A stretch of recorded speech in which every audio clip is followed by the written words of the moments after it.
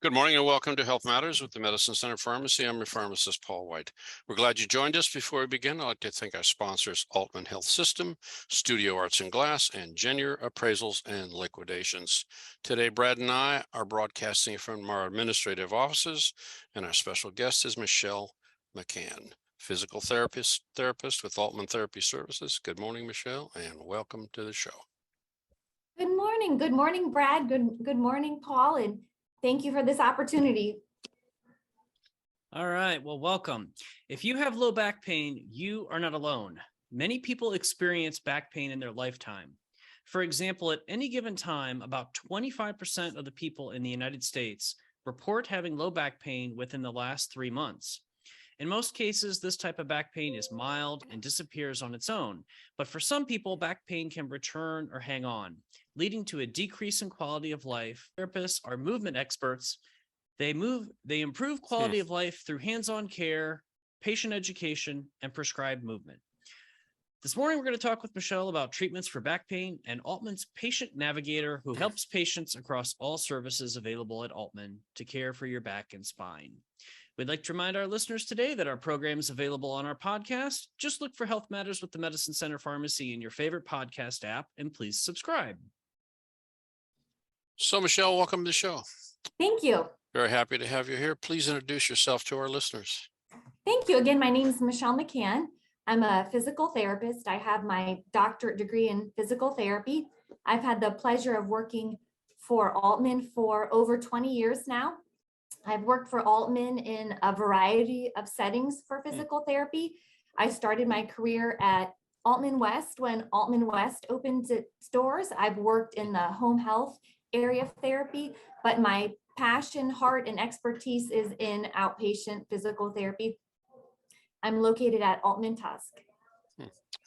Okay, so you don't leave the hospital, you stay there, Aultman Tusk? Yes, Aultman Tusk.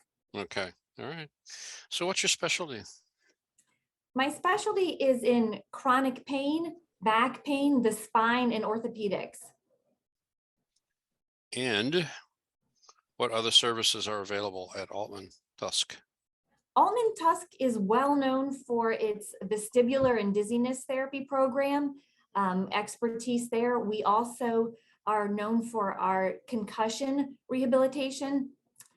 Physical therapy offers also pre and post surgical rehab, sports medicine, also services lymphedema, occupational therapy, speech therapy, and very soon we'll have our aquatic therapy program back. Oh, gee. Okay. Oh, across the street. Yes, we're neighbors. We are Yeah. diagonally across the street. We're neighbors with the Canton Medicine Center location. Yeah, that's right. There's a pool in there. I forgot about that. Yes. I watched them build it. Okay. Oh. Okay. Mm-hmm. Well, yes, and as a former patient of that facility for my ACL tear, I can compliment all of your team for the great work they do. And it is interesting how humbling going through physical therapy can be when you forget how easy and how much we take for granted what we do on a daily basis, whether it be walking, running, or anything. So it's nice to be able to kind of get that specialized training to get back on your lifestyle activities. So what drew you, Michelle, to specialize in back pain? A few things drew me to the back. When I started my career many years ago, it really was the complexity of the spine that intrigued me. But as I began to work with patients in the area, I really fell in love with the humanity of this profession. Our medical world is so very busy, but in the field of therapy, this is one area where we still have one-on-one care. I may see a patient 1, 2, or 3 times a week for a series of weeks. So I really get to have that relationship of wellness and walk alongside them. One more reason is the skilled care for back pain is in demand. Going to a doctor for back pain is second only to the common cold or flu symptoms for a patient seeing a primary care physician. So, high volume is very much in demand. And the last reason I would add to that, that draws me to the spine really is I feel physical therapists have a role in opioid reduction. As physical therapists, we're the musculoskeletal experts, and it really is musculoskeletal conditions such as back pain that are the most common diagnosis associated with opioid prescription.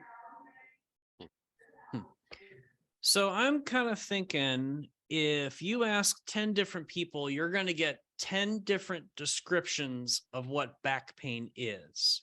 So how about you give me your clinical description of back pain and how we can help patients decide what level they have? That's a great question. Before we talk about back pain, let's talk about pain first, because pain is a normal human experience. And just learning more about pain, our human body is amazing. We have 400 individual nerves. If you stretch them end to end, they would measure 45 miles long. That is almost from Canton to the Brown Stadium. So just the complexity of the nervous system there. But all these nerves have a little bit of electricity traveling through them. That is normal. That shows that we're alive. And our nervous system is intended to function as a danger system. So when we have low back pain, that's our body saying, pay attention to this area. But there are many different diagnoses that can fall under the umbrella of low back pain. So then tell me a little bit about back pain. I mean, I'm guessing it's not always because of an injury. It probably could be, is it part of the normal part of aging? Well, that's a great question. I'd like to say having pain is normal, but living in pain is not. So 90% of low back pain can be resolved through conservative treatment like physical therapy. Those are really good odds. So our listeners, I'd love to have them remember from today that having pain is normal, living in pain is not. Come see our therapy team. Very good. Well, and I think, maybe the question is too, at what point should someone seek care? And I'm thinking, it's summer, you're probably working in the yard on the weekend maybe, and maybe you think you overdo it and you'll be okay in a couple days. At what point is that not okay? If you're having pain that is affecting your function, your quality of life, give us a call. We have a program called our Back in Action program where you can call and speak to a live navigator. They will talk you through what are appropriate steps and how Aultman can best help you. Okay. So what is the cost or burden of back pain for society? The cost and burden of back pain can't just be measured in dollars. It includes lost work time, absenteeism, decreased quality of life. It's hard to put a number or a dollar on someone that has back pain that wants to simply stand in their kitchen long enough to prepare dinner, but their pain in their back is limiting them from standing for 20 minutes and they need to sit down every 3 to 4 minutes. The numbers on it really, though, are just astronomical in the United States in terms of how great of a burden it is when you involve the workplace and lost work and lost quality of life. So if someone's having back pain, what's the next move? Give us a call. You can call our Back in Action program where we specialize in back and spine care. The phone number there is 330-363-BACK. So that's 330-363-2225. And when you call this number, you'll speak with our live navigator. They will help screen your concerns and then guide you through the next appropriate steps. So is imaging including X-rays or an MRI necessary in any case? Well, let's talk a little bit about what each normal, which the typical imaging shows. For example, X-rays have been around for almost 100 years. They are simple and they are inexpensive, and they're very important to rule out serious problems and look at structure. Your CAT scan is your fancy X-ray that's like an X-ray, but more of a 3D image. And your MRI really looks at soft tissue. They use large magnets to look at the soft tissue. It looks at inflammation, swelling. Tissues that are inflamed have more or less fluid in them. So for example, a disc bulge would show more, it'd be more evident because of the changes in fluid volume in that area. So imaging is appropriate, but from the physical therapy perspective, often with a skilled physical therapy evaluation, we can get to the root cause of the pain, sometimes with or without that imaging alongside us. Okay, It's time for our first break, Michelle. You're listening to Health Matters with the Medicine Center Pharmacy. Welcome back to Health Matters with the Medicine Center Pharmacy. Did you know we offer free prescription delivery? Call your Medicine Center Pharmacy to learn about our prescription delivery program. Okay, Michelle, I wonder, we talked a little bit before the commercial break about imaging like X-rays and MRIs and CAT scans.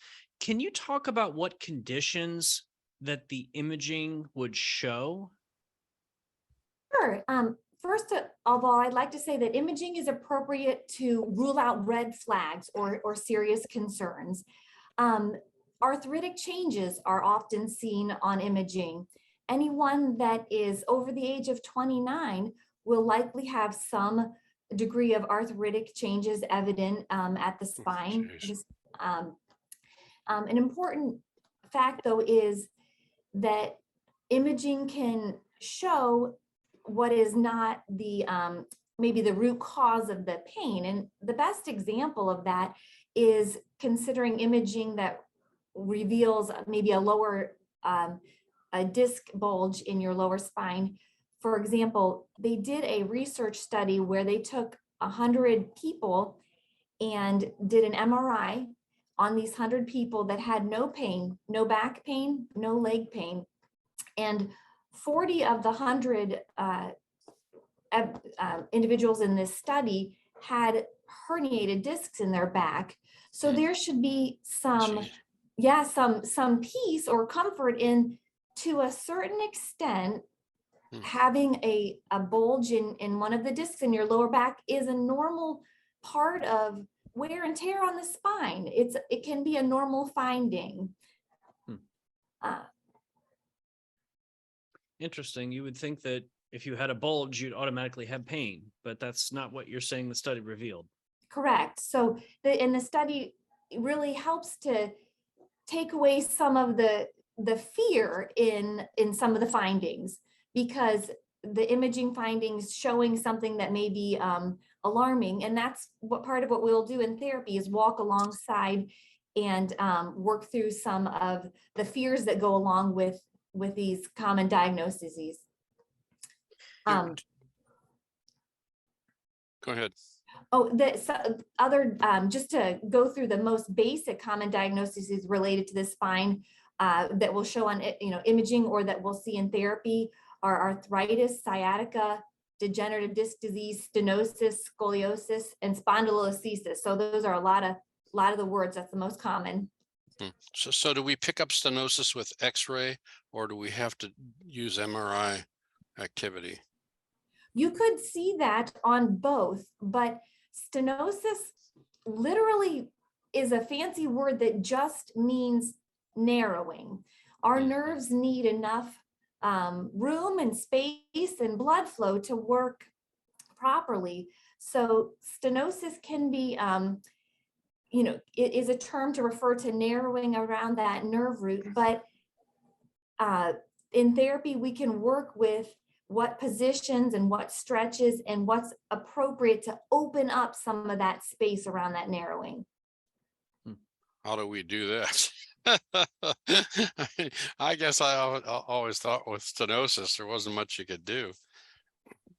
No, that's not true. I would love to see a client that had concerns about stenosis, because the balance of the muscles at the hip, lower back, and spine can really contribute to more tightness, and that tightness can add to the narrowing. So if you're doing the most appropriate stretches for your hip area, for your lower back, you can impact that space that you have. You can impact the mobility that you have. Interesting. So you mentioned some big words a minute ago. I wondered if you might talk with our listeners a little bit about the common diagnosis of the spine and maybe what that means as an impact on their daily living, if you could. Well, I'd like to normalize some of these diagnoses. The diagnosis that I listed a lot of times are associated with a lot of fear, like your word degenerative disc disease. That sounds scary. That's a scary word for a doctor to say. So that scary or that fear contributes to pain. Our response to even the diagnosis itself can take pain and either turn the volume up or turn the volume down. All pain is real, but when we have the emotional response to it, it can make it worse. So if you were coming to therapy with a diagnosis of degenerative disc disease, we can work through the right education, and we have the time, the one-on-one time to walk through some of the education and normalize this pathology and get you started on the corrective exercises to help with the pain. So how about why don't we talk about the typical physical therapy experience? What would an evaluation look like for you to talk with a patient and try to determine what level of therapy they may or may not need? Okay, for your first visit for a physical therapy evaluation, I want to hear your story. I want to know, when did the pain start? How did this happen? What came on? What's the beginning of the story?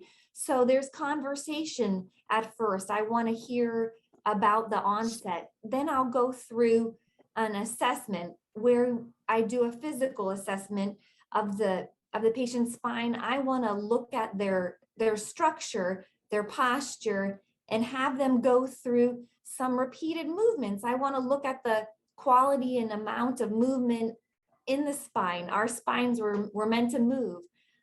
Then the next step is looking at their strength and their flexibility to the lower body. Our legs are our foundation for our lower back and spine. I'd go through some special tests that physical therapists are trained in to help understand the root cause of the pain. I'd also get to know the patient's baseline wellness. That matters in their recovery of the pain and pathology. And then finally, I would work with the patient. I want to know what their goals are. What would they like to achieve by coming to therapy? And we'd talk through the plan. And that plan may look like coming to therapy, 1, 2, or 3 times a week for a series of weeks to achieve these goals. So you mentioned different forms of wellness in your message. Can you explain what you mean by that? Sure. You referred to earlier physical therapists as movement experts, and we are movement experts, but for wellness, I'd like to think of therapists as wellness experts as well, because talking to a patient about their lifestyle choices is important regarding back pain. I'd like to know more about their wellness choices. For example, smoking, sitting, their weight loss, nutrition, their hydration, their sleep and stress. All of these can affect back pain. So is the patient ready to participate in physical therapy? And how can we help them be ready? Are they truly rehab ready to walk through this process of therapy? All right. Well, maybe we'll talk about rehab ready after our news break. Thank you. Thank you. Okay. Well, I guess it's time for our second break. It is the bottom of the hour for the time for the news. Thanks for joining us this morning on Health Matters with the Medicine Center Pharmacy. Hi, you're listening again to Health Matters with the Medicine Center Pharmacy. I'm your host and pharmacist, Paul White. This morning, Brad and I are talking with Michelle McCann, physical therapist with Aultman Therapy Services. We have a lot more to cover this morning, so let's get back to the show. All right. Before the break, you mentioned rehab ready. Can you talk about talk to our listeners about what rehab ready means? Thank you. Being rehab ready just means, it is, as an individual, are you ready to make habits that reflect these goals? So are you ready to make some wellness choices that show your desire to be healthier, to get your back better? An example of this would be kind of compared to maybe a prescription medication. If I have a patient and they're issued a home exercise program of a few specific exercises that they're supposed to complete twice a day, every day, they can think of it like their medication that they're supposed to take twice a day, every day. That compliance or that consistency has great value in reaching their goal, and they need to do their part when they're at home working on their rehabilitation. So what does a typical physical therapy treatment or protocol look like? A typical treatment is highly individualized. It really is based on that patient's evaluation. But what it might look like is coming into therapy and progressing exercises that were started at the right visit, going through them one-on-one with the therapist to make sure that you're doing them correctly, and then progressing those, advancing those to the kind of the next level to achieve maybe the strength or mobility or flexibility goals.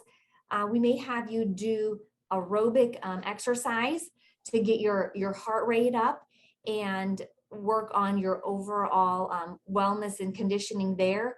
We also do manual care in terms of massage or manipulation. We have modalities that we can use to calm down acute pain, such as electrical stim or ultrasound.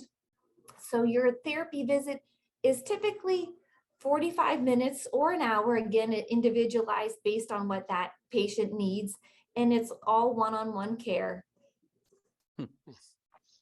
So Michelle, what is PNE?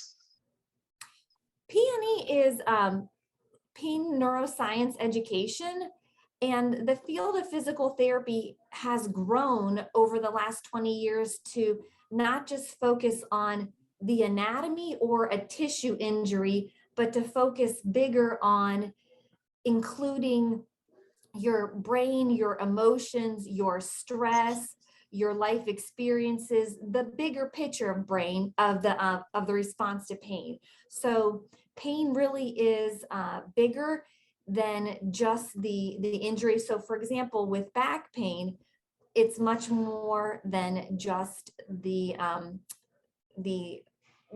perhaps the disc injury or the stenosis or the lower back. So PNE is teaching people about pain.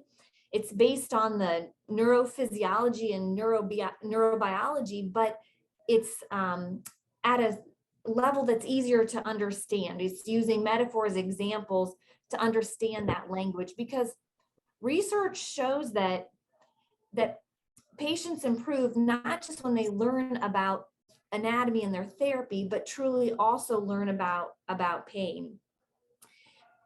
it's education on how to release the healthy chemicals that are in our brain, the feel-good neurotransmitters in our brain called endorphins. So what activities release endorphins then? Endorphins are released with aerobic activity. A good rule of thumb is if you participate in an aerobic activity for 20 minutes and you're able to safely get your heart rate up 20 beats per minute above your resting value. So that would be a 20-minute brisk walk. That is releasing healthy endorphins in our brain. Another example of that could, promote the endorphin release is the very popular HIIT exercises, that high intensity interval training.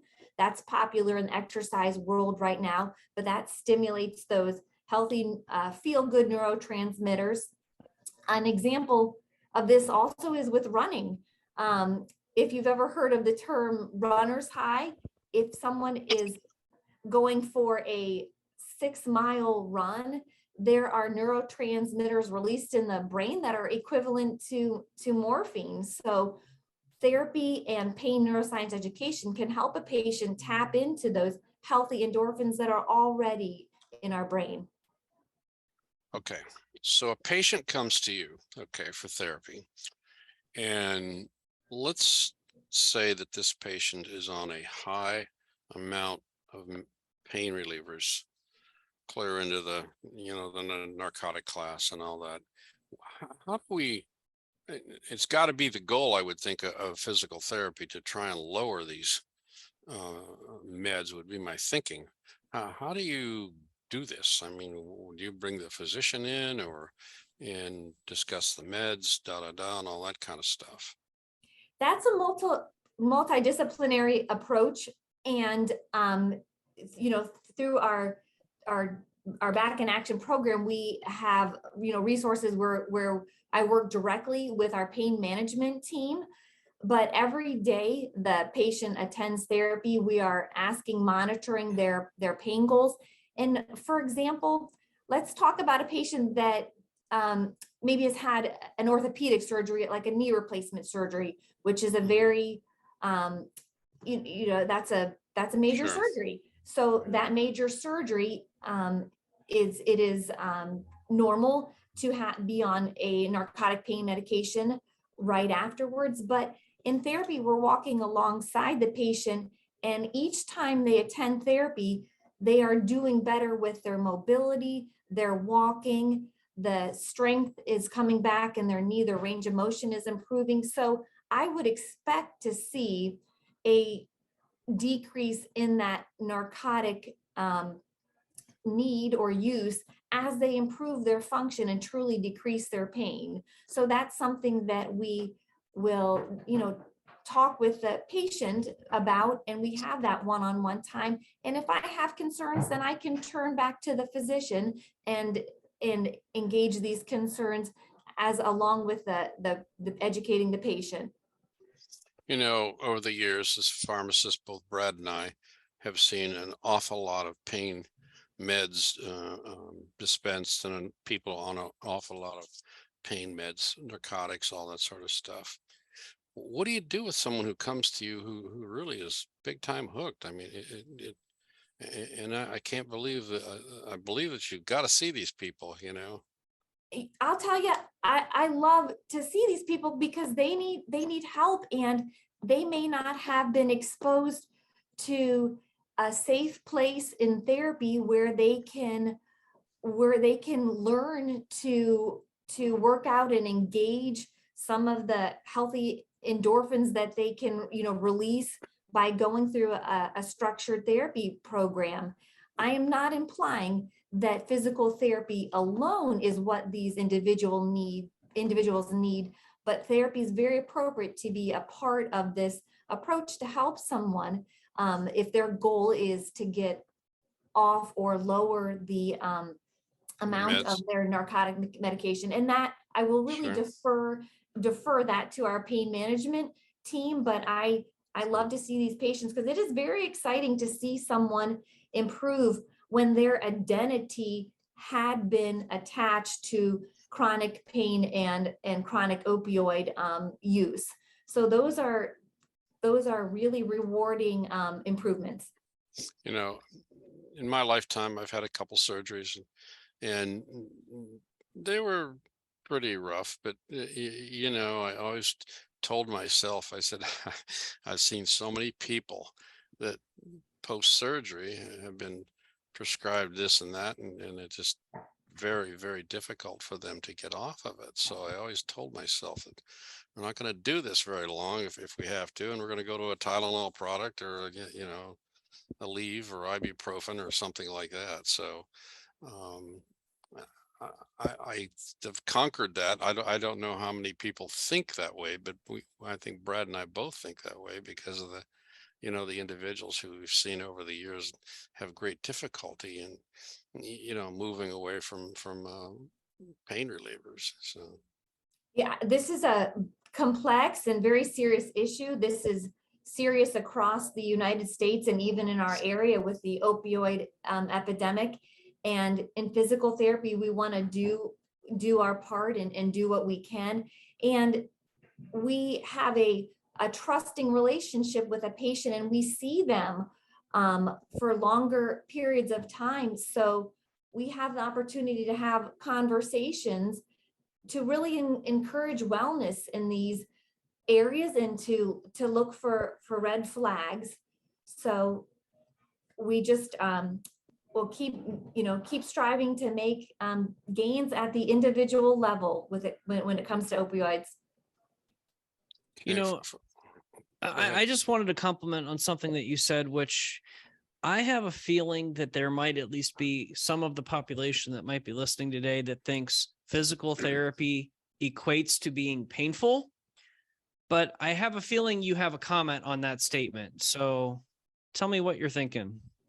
Well, we were meant to move, and in physical therapy is not a passive care. So you are, when you attend therapy, working with a therapist, there's no pain, no gain. I don't like that, but perhaps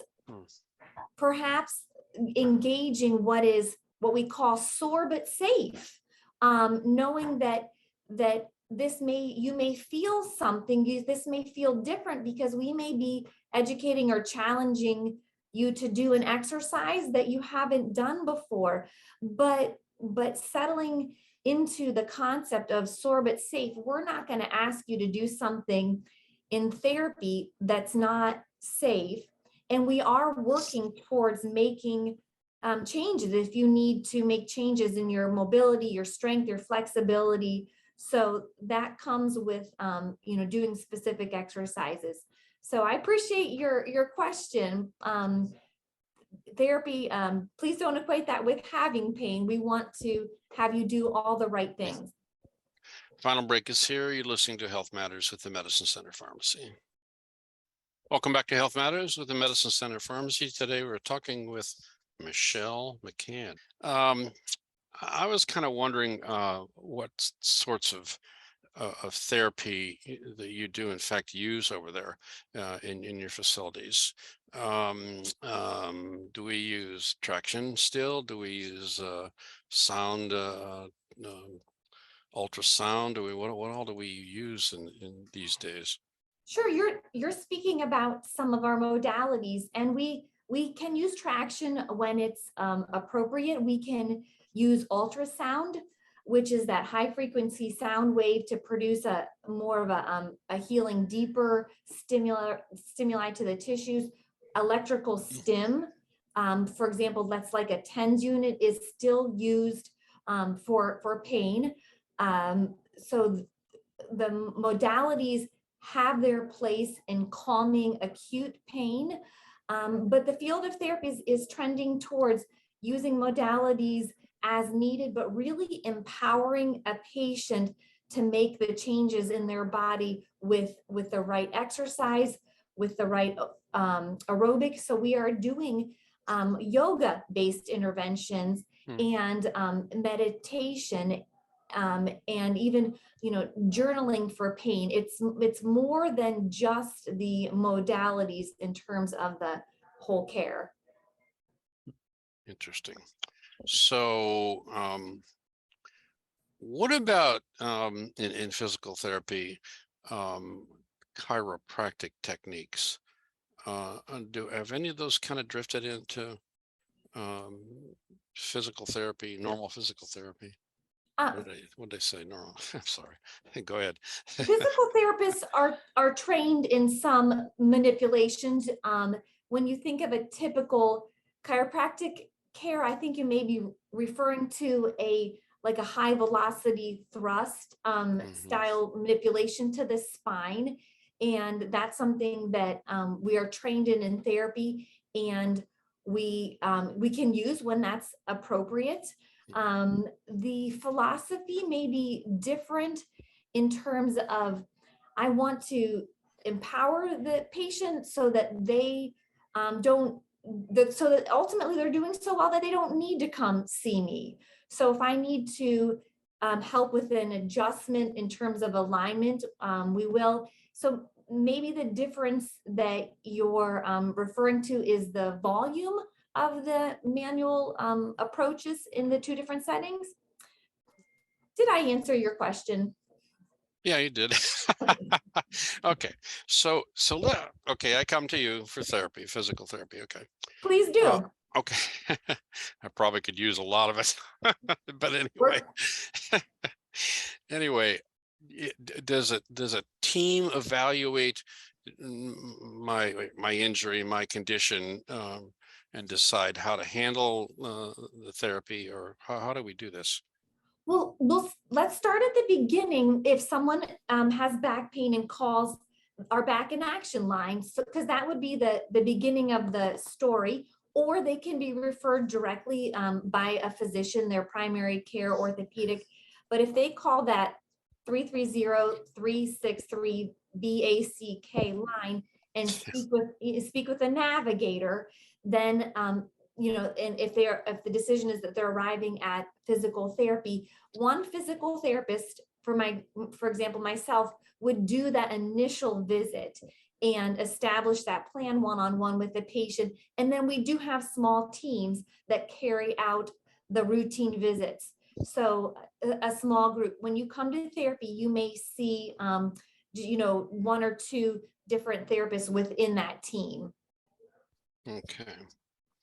So it's not really like, okay, here's Paul White and he's got this back pain, and okay, we're going to have all kinds of x-rays and maybe even the MRI, which I know is extremely difficult to log through most commercial or most insurances and get it approved. So not that way, huh? Well, if a patient attends therapy and they feel that they need an MRI, you're talking about insurance. Sometimes insurance wants to see that they've completed several visits of therapy. I go into that patient encounter with the mindset of perhaps I can get you doing so much better in this short time that you may or may not need that imaging. So the insurance may be looking for therapy to make improvements before they're ordering or before they're covering that more expensive testing. The MRIs are not particularly fun. I've had two or three of them. So, They sure are loud.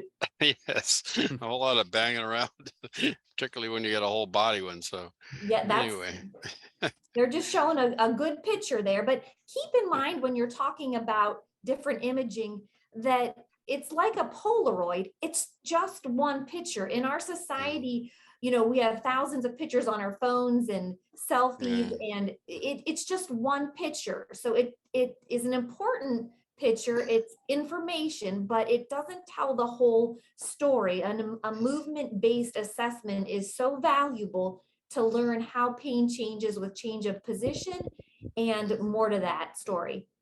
interesting. Before we run out of time, Michelle, I wondered if you could make a comment about patients that like to use Dr. Google. Oh, that's a good question.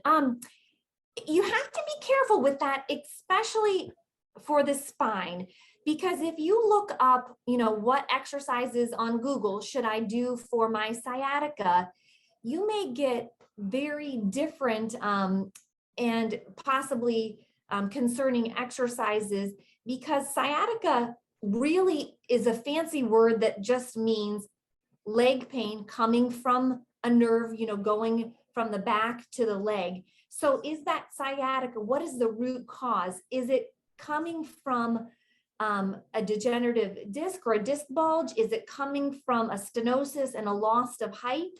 Because we would treat those very differently in physical therapy. So be careful what you're looking at so that you don't either injure or prolong an injury. So come to therapy. I'd like to learn about what you've tried so far. Sometimes on that first visit in therapy, someone will tell me, well, I've tried this and this is not helping. Well, so what we learned from that is that let's do the right exercises. So be careful with Googling. All right. Well, you have an amazing team over there, and I appreciate you and what you've done.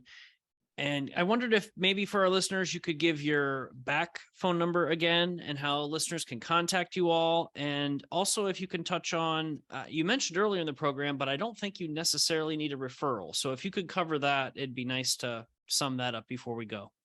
Okay, yeah, that's great. Typically in therapy, you would have a referral so that as a therapist, we have a physician to refer back to.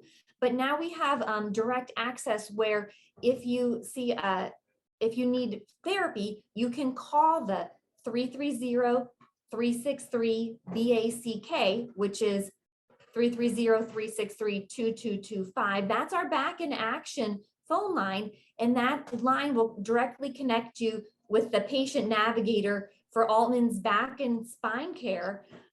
Services offered there are, again, our therapy. Aultman has neurosurgery, Aultman has orthopedics, imaging, pain management, but coming to us for that first visit, you can come see a therapist directly now.